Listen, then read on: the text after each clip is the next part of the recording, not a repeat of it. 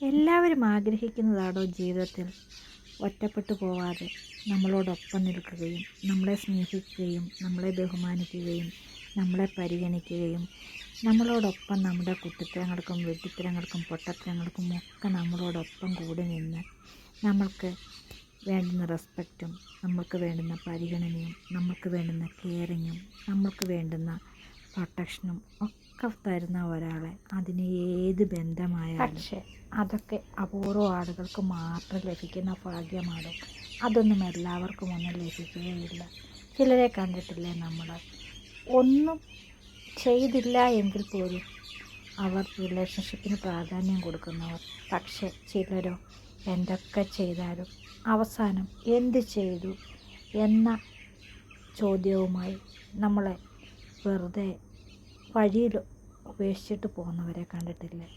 പക്ഷേ നമ്മളെപ്പോഴും മനസ്സിലാക്കേണ്ടത് എല്ലാവർക്കും ഒന്നും ഒരേപോലെ പ്രവർത്തിക്കാൻ സാധിക്കുകയില്ല.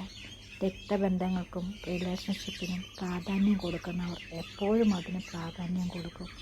അല്ലാത്തവർ അതിനൊരു പ്രാധാന്യവും കൊടുക്കുകയില്ല.